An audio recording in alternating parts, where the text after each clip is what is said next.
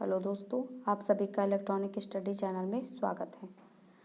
आज से हम आपकी मैथ की क्लास लेने वाले हैं। सबसे पहले हम बात करेंगे संख्या पद्धति के बारे में कि आखिर ये संख्या पद्धति होती क्या है।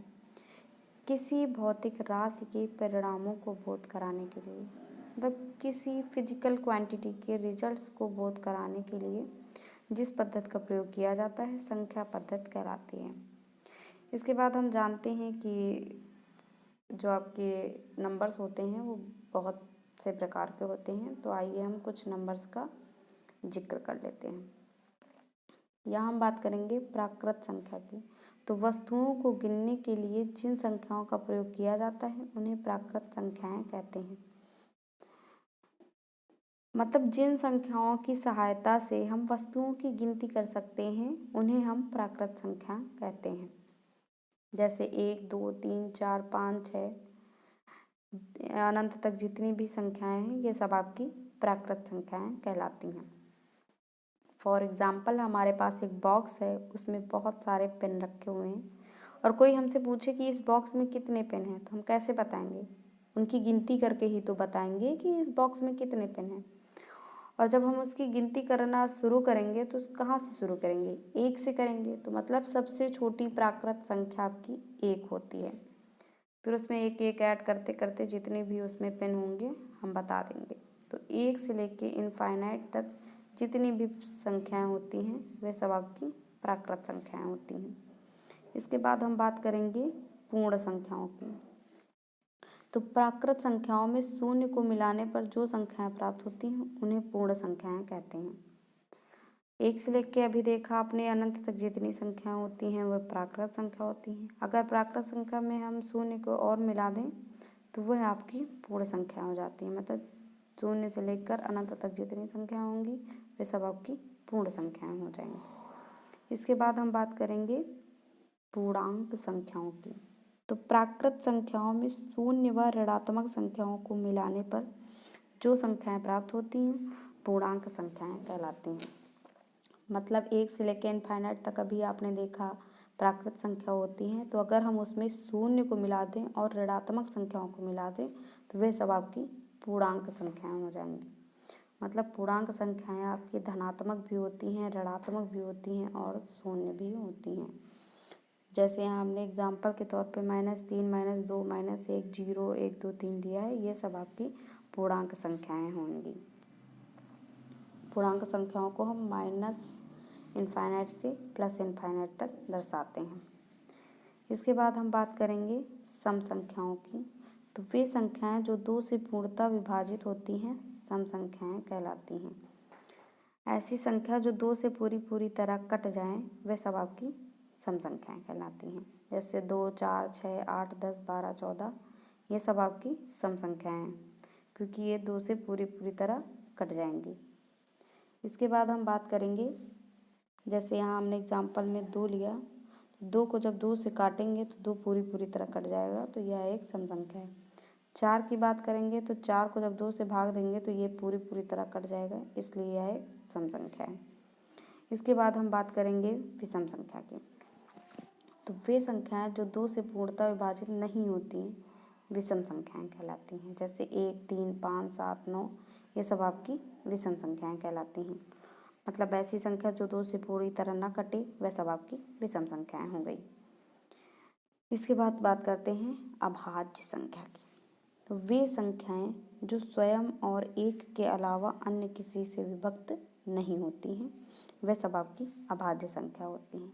मतलब ऐसी संख्या जो खुद से कटे और 1 से कटे, बाकी और किसी भी संख्या से ना कटे, वह सब आपकी अभाज्य संख्याएं कहलाती हैं।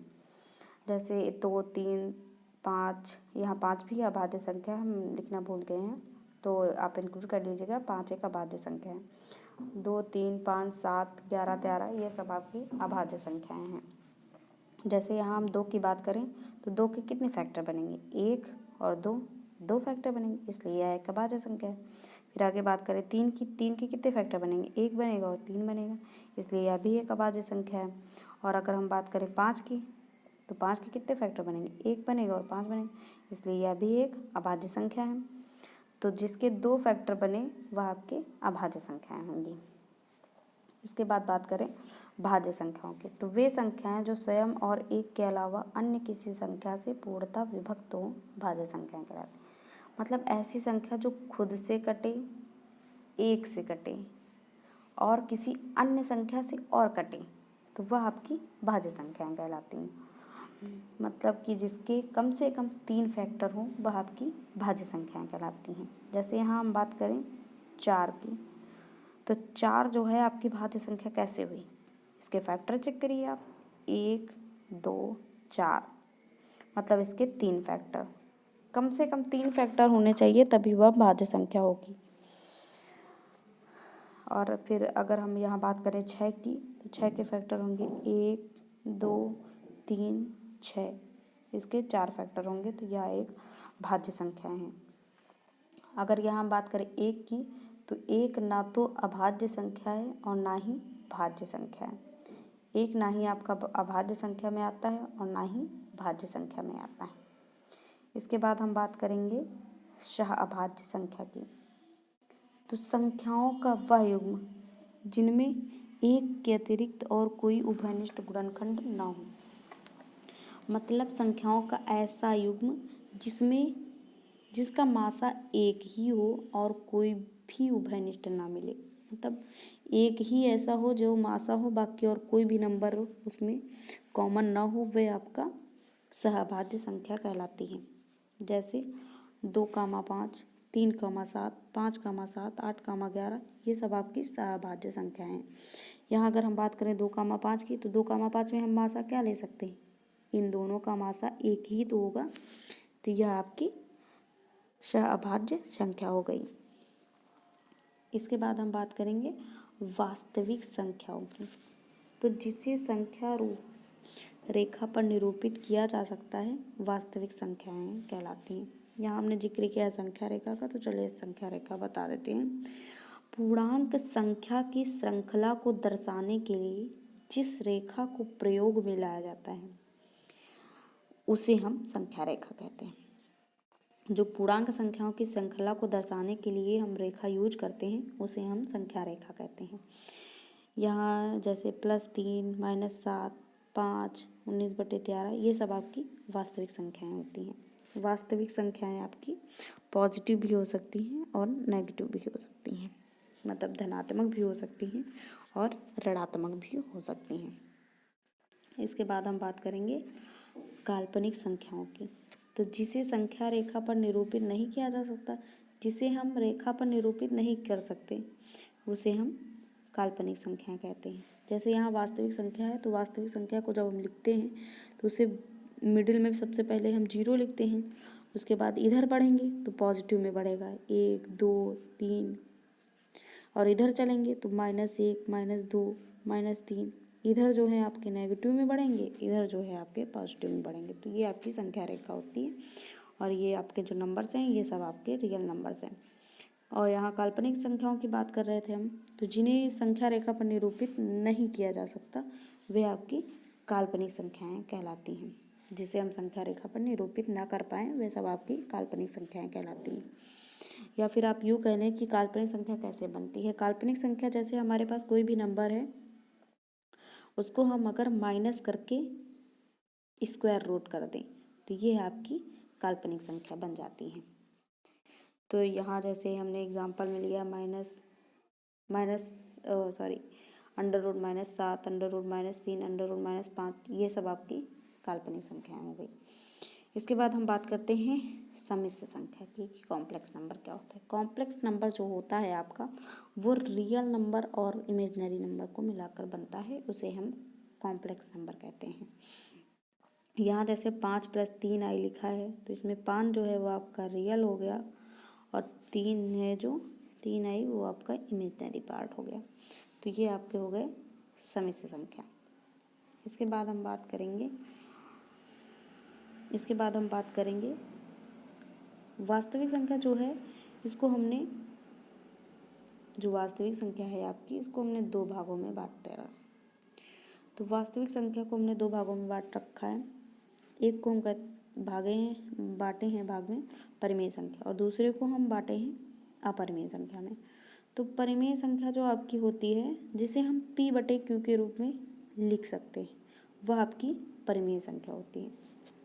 मतलब ऐसी संख्या जिसे हम p/q के फॉर्म में लिख लें वह सब आपकी परिमेय संख्या कहलाती हैं।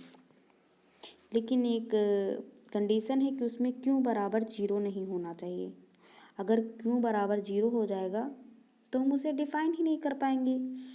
जैसे कि यहाँ 5 है, 5 में अगर हम बटे में 0 लिख दें तो हम इसको डिफाइन ही नहीं कर पाएंगे कि ये कौन सी संख्या है, इसका कोई सल्यूशन नहीं निकलेगा। तो यहाँ जैसे हमने एग्जाम्पल में 5, 7, 22/7 ये लिए हैं, ये सब आपकी परिमेय संख्या है। क्यों? क्योंकि इनको हम p/q के रूप में लिख सकते हैं।